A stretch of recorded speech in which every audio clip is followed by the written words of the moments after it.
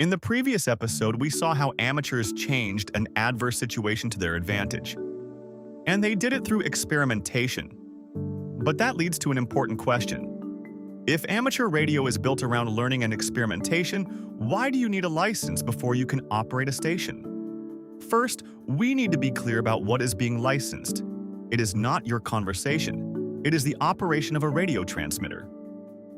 Because radio experiments do not remain confined to your table. The moment a station transmits, it begins using the radio spectrum, a limited resource shared by many different services. The spectrum is not limited because radio waves eventually run out. It is limited because signals using the same or nearby frequencies can interfere with one another when they overlap. So the spectrum is organized into different frequency bands, with different services permitted to operate in each one. Amateur radio has its own allocated bands, but those bands are still part of a much larger system. A license also connects that station to an identifiable operator. When you transmit, you use your assigned call sign, so other operators and the licensing authority know who is responsible for that transmission. The call sign identifies the station. The license identifies the person responsible for operating it. That makes you not only identifiable on the air, but accountable for how your station is used. That accountability is what the license is meant to establish. A quick interruption, because this series is about to become practical. This episode explains why the license exists. The next episode breaks down what is actually in the exam. And the episode after that will show how to apply and begin the journey towards your own call sign. So, if that is the path you want to follow, subscribe and click the bell icon for notifications. Now, back to the license. Interference is easier to understand when we can see what the receiver is trying to separate. Suppose one station is transmitting cleanly on one frequency. A second station begins transmitting on the same frequency at the same time. The receiver cannot politely ask one of them to wait. The two signals arrive together, and the conversation may become difficult or impossible to understand. But interference is not limited to two people choosing the same frequency. A signal that is wider than it should be can spill into neighboring frequencies. And a poorly adjusted transmitter can produce unwanted emissions far away from the frequency shown on its display. The operator may hear a perfectly normal signal from the speaker while causing problems somewhere else. A license does not guarantee that an operator will never make a mistake. It establishes that the operator has been taught enough to recognize the risks, follow the operating rules, and correct a problem when it occurs. That distinction matters. The exam is not trying to identify the greatest radio expert in the country.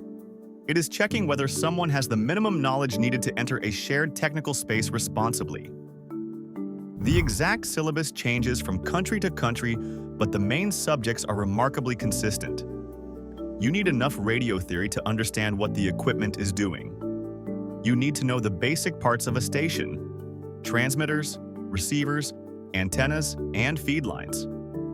You need operating procedures, including how to call another station, how to identify yourself, and how to share a frequency. You need the regulations that apply where you live. And you need to understand electrical safety, radio frequency exposure, and the prevention of interference. That may sound like a lot, but each subject exists because it solves a real operating problem. For example, why learn a little electronics? Because connecting the wrong voltage can damage your radio, or something more valuable than the radio. Why study antennas? Because the antenna determines whether most of your power becomes a useful radio signal or heat in the wrong place. Why learn about bandwidth? Because your transmission must fit inside the space available for it. Why study operating procedure? Because two operators cannot have a useful conversation if neither one stops to listen. And why study call signs? Because radio communication only works responsibly when stations identify themselves. The exam is not a collection of random obstacles. It is a compressed guide to operating without creating avoidable problems. Radio does not stop at national borders, so the system begins internationally. The International Telecommunication Union, the ITU, maintains the international radio regulations and allocates groups of call sign prefixes to different administrations. But the ITU does not conduct your personal examination or issue your license. That is handled by the administration responsible for radio in your country. It decides the national exam, the available license categories, the permitted frequencies, and the power limits for each category. So, amateur radio is international, but licensing is national. In the United States, amateur licenses are issued by the Federal Communications Commission. In the United Kingdom, they are issued by Ofcom after the required examination process. In India, the Department of Telecommunications, through its Wireless Planning and Coordination Wing, the WPC, grants the Amateur Station Operator Certificate. Other countries have their own administrations, examinations, and license structures. The minimum age may differ. The number of license categories may differ. The questions may differ. Even the operating privileges may differ. So the correct process is always the one published by the authority in your own country. Even though the details change, the overall journey usually has the same shape. First, learn the essential technical and operating knowledge. Second, pass the examination required by your administration. Third, receive the authorization and call sign assigned to your station. And fourth, begin operating within the privileges granted by that license. Learn. Qualify, identify, operate. The call sign deserves a closer look because it is one of the most important parts of the system. It is not a username that you invent for yourself. It is a unique alphanumeric identity assigned to a transmitting station. The opening characters come from call sign series allocated internationally, while the complete call sign is assigned by the national administration. Indian amateur call signs use the VU series. Other administrations use their own assigned series. When an operator gives a call sign on the air, it identifies the source of the transmission and connects it to the authorization under which the station is operating. That is why unidentified or falsely identified amateur transmissions are not permitted. To see how these principles become an actual licensing system, let us use India as one worked example.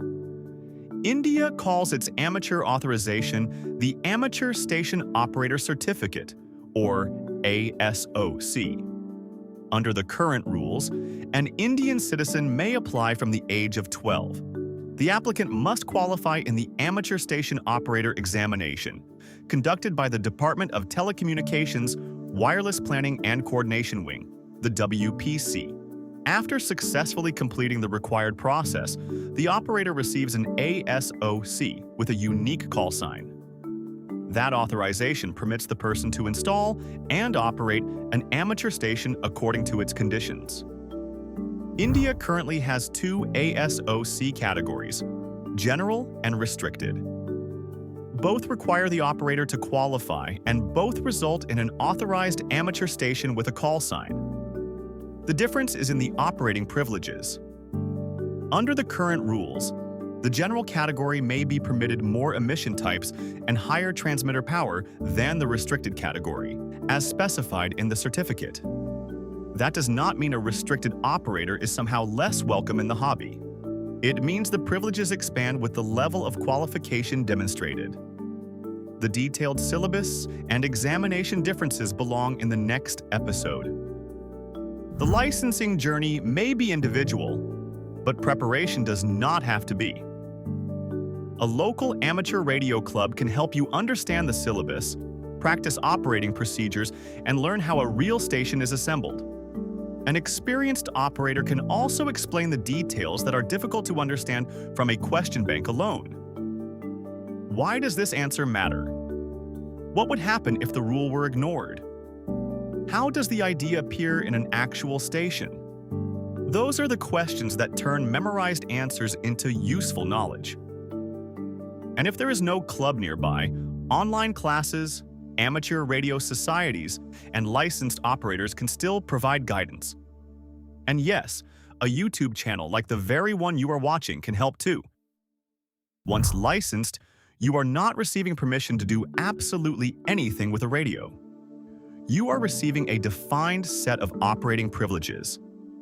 Within those privileges, you can communicate with other authorized amateur stations, practice operating techniques, investigate propagation, experiment with antennas and equipment, and develop your technical skills. But the privileges come with continuing responsibilities. Use the permitted frequencies and emissions. Stay within the authorized power. Keep the station operating cleanly and safely. Listen before transmitting. Identify with the assigned call sign. And correct interference if your station causes it. The license gives you room to experiment because it also establishes the boundaries of that experimentation. So that is why amateur radio asks for a license before you ever transmit, and why earning it is the real beginning of your time on the air, not the end of your learning. In the next episode, we will open up the exam itself, what subjects it contains, what each section is really testing, and how difficult it actually is. So tell us in the comments which country you are watching from, and whether you already have a call sign. This is Calling CQ. See you on the air.